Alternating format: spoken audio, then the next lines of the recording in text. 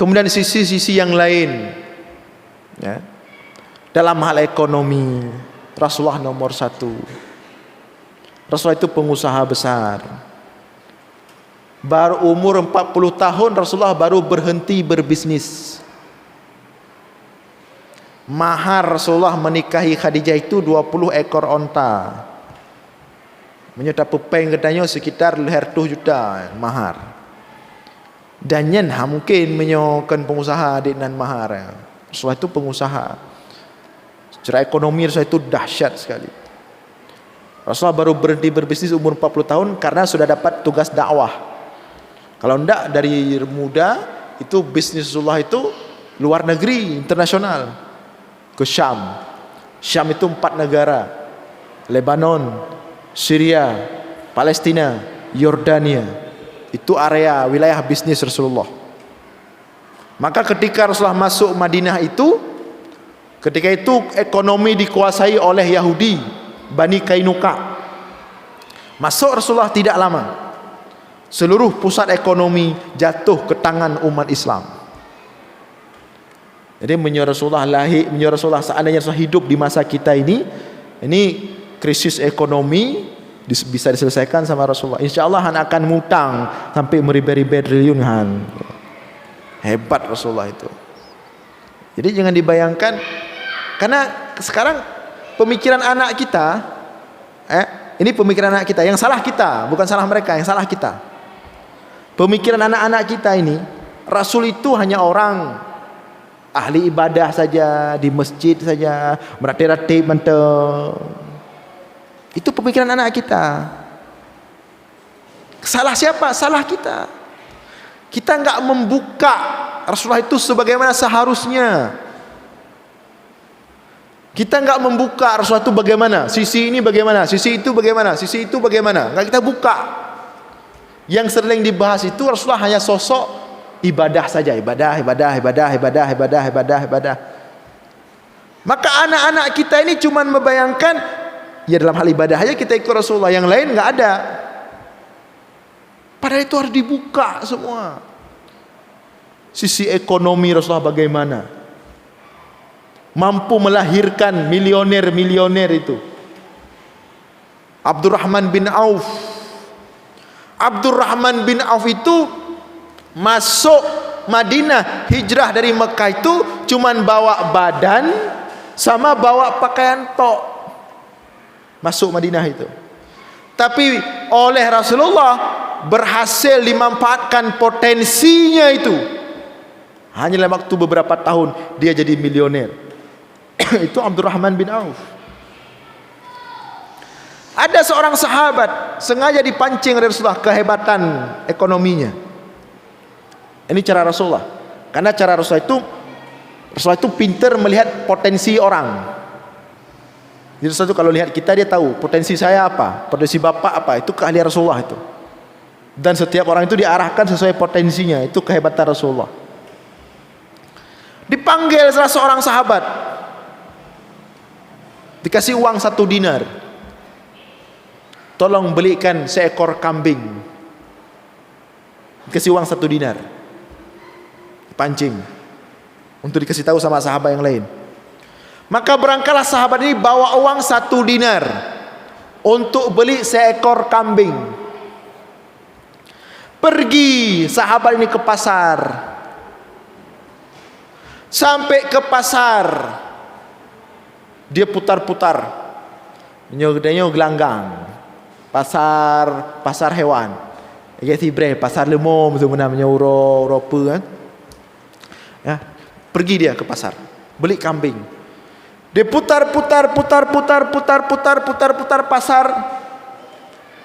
Dia lihat satu persatu kambing.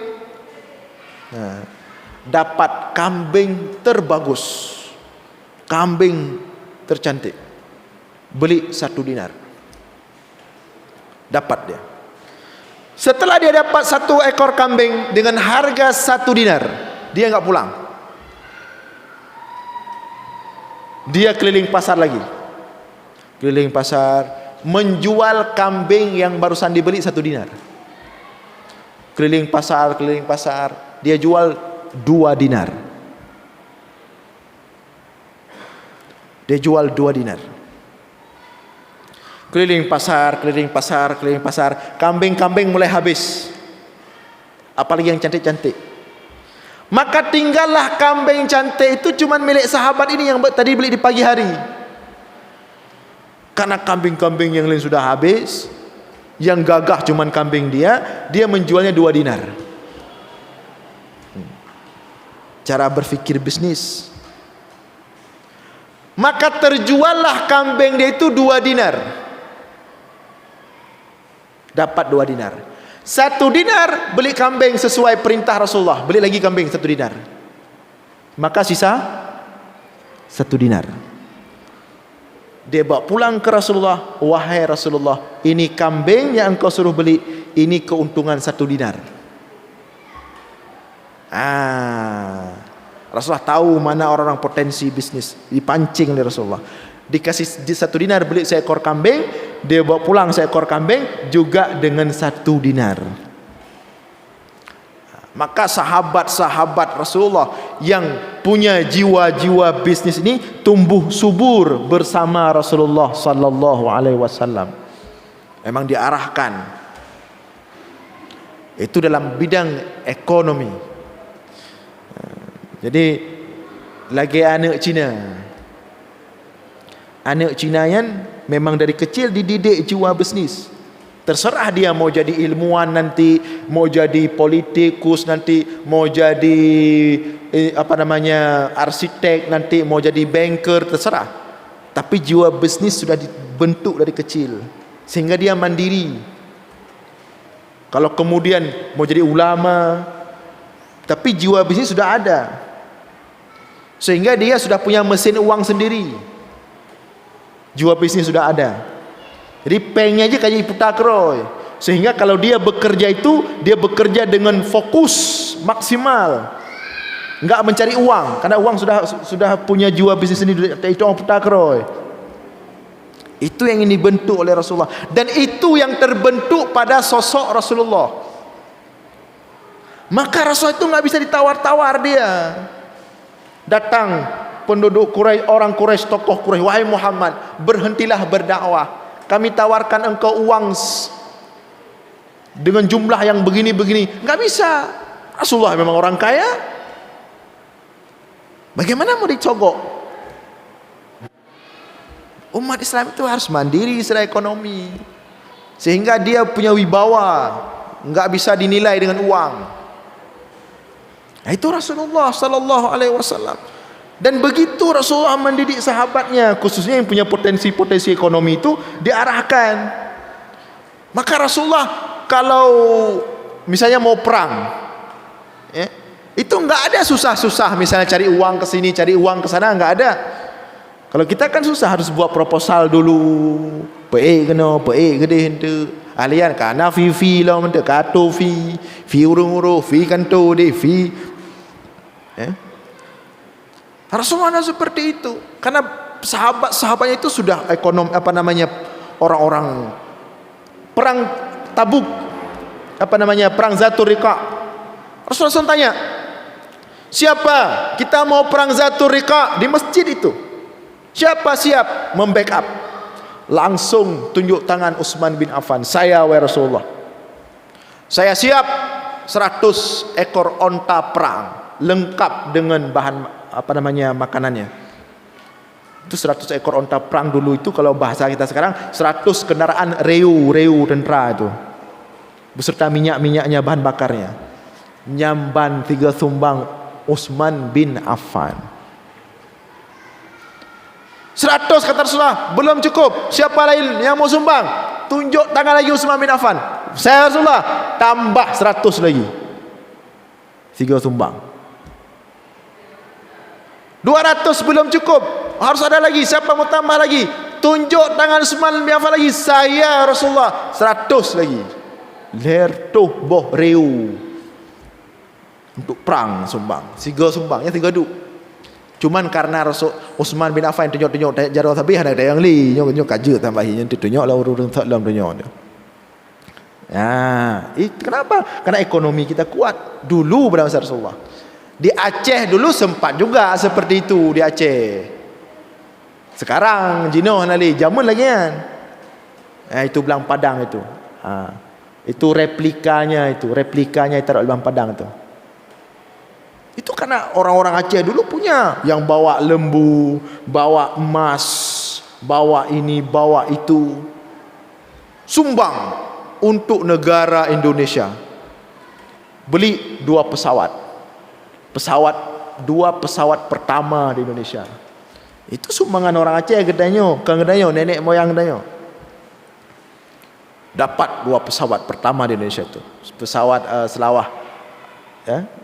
Itu sumbangan itu, yang lembu, yang bawa surat tanah, yang bawa emas. Yang cara Rasulullah zaman. Banyak kalau Aceh dulu banyak ya, seperti Habib Buga. Habib Buga itu bukan sendiri dia beli tanah di depan Masjidil Haram itu. Beberapa pengusaha Aceh itu ajak kawan-kawannya yang pengusaha-pengusaha. Ini kita mewakaf untuk generasi kita Aceh ke depan.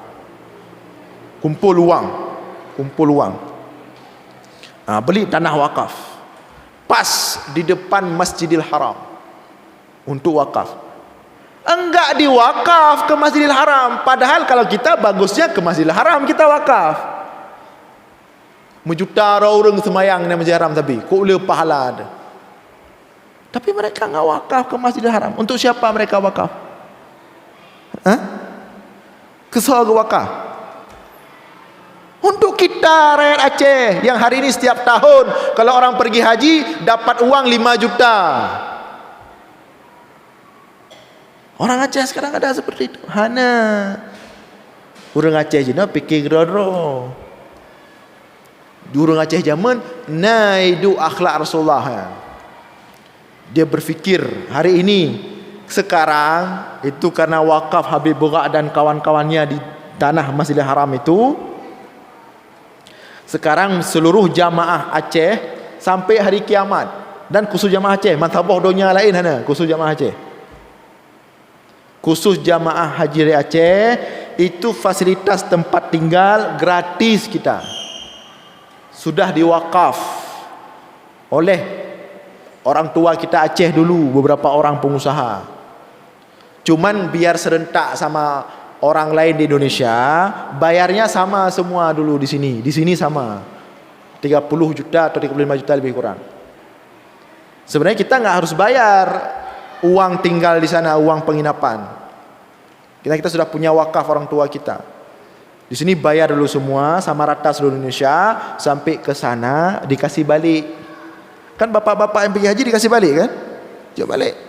Berapa itu? 5 juta atau sekitar itu 4 juta atau 5 juta. Itu ketika ekonomi Islam kuat, ekonomi umat kuat. Seperti Turki Utsmani juga dulu. Ketika masa kejayaan Turki Utsmani itu dikenal Turki Utsmani itu paling kaya di dunia.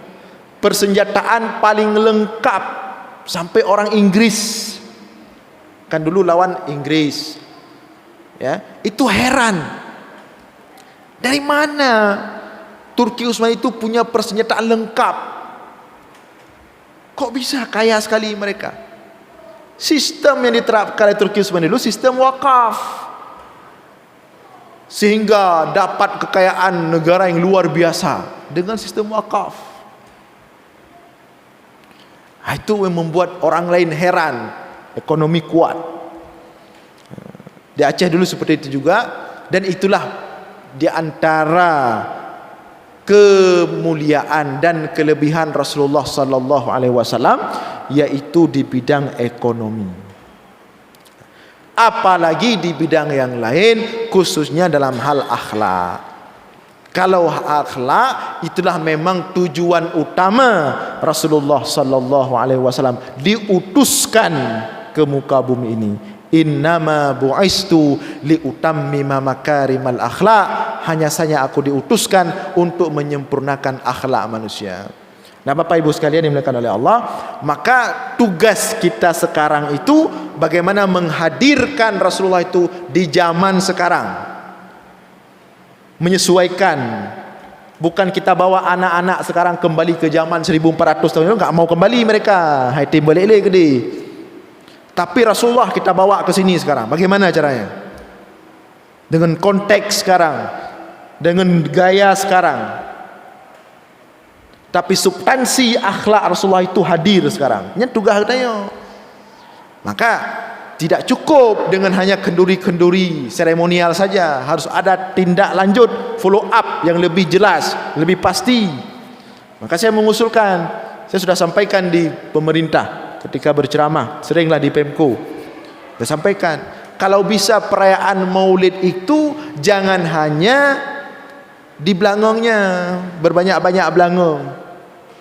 Buat pengumuman Provinsi Aceh atas nama provinsi atau pemerintah Paten Kota, buat setiap Maulid 3 bulan sebelum Maulid buat pengumuman.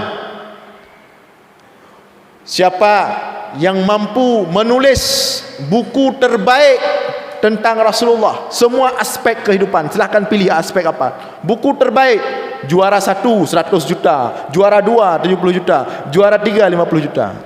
Setiap tahun 3 buku tentang Rasulullah, 10 tahun 30 buku tentang Rasulullah.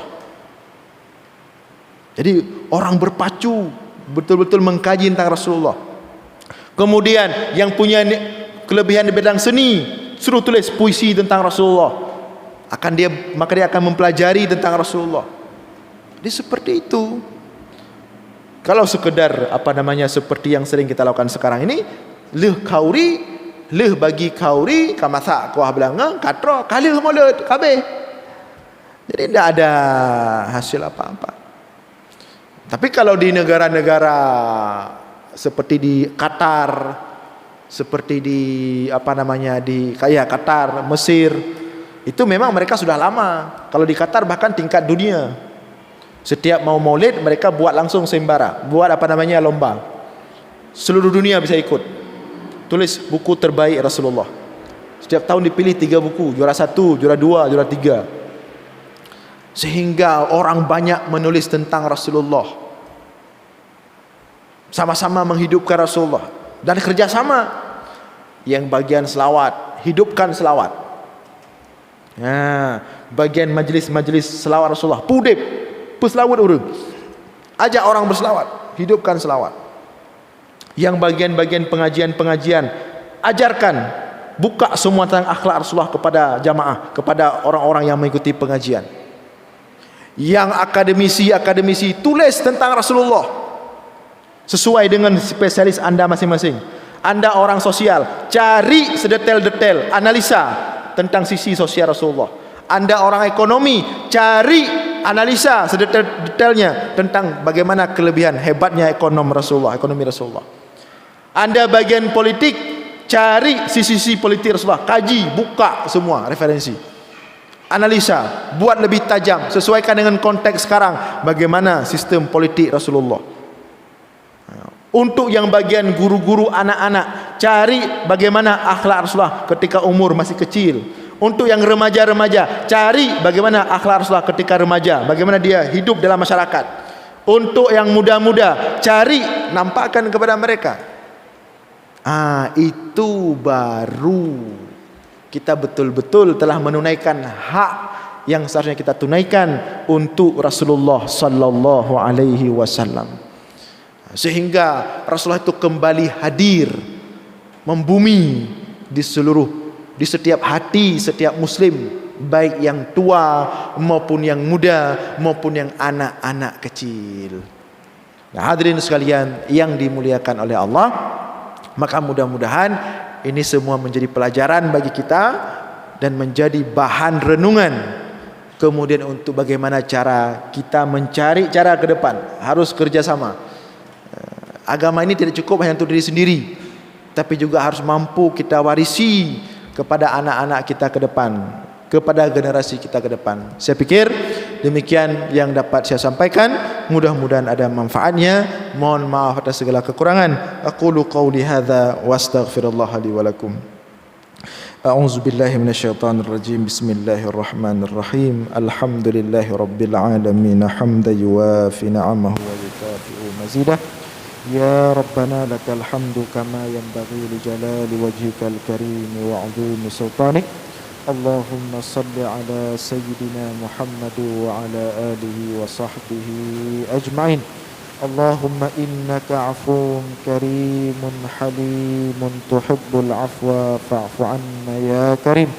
اللهم اغفر لنا ذنوبنا ولوالدينا وارحمهم كما ربونا صغارا، ولجميع المؤمنين والمؤمنات والمسلمين والمسلمات الأحياء منهم والأموات برحمتك يا أرحم الراحمين. اللهم إنا نسألك رضاك والجنة ونعوذ بك من سخطك والنار. اللهم اختم لنا يا الله بحسن الخاتمة، ولا تختم علينا يا الله بسوء الخاتمة. اللهم اجعل آخر كلامنا عند انتهاء أجلنا قول لا إله إلا الله. ربنا ظلمنا أنفسنا وإن لم تغفر لنا وترحمنا لنكونن من الخاسرين. ربنا آتنا في الدنيا حسنة وفي الآخرة حسنة وقنا عذاب النار.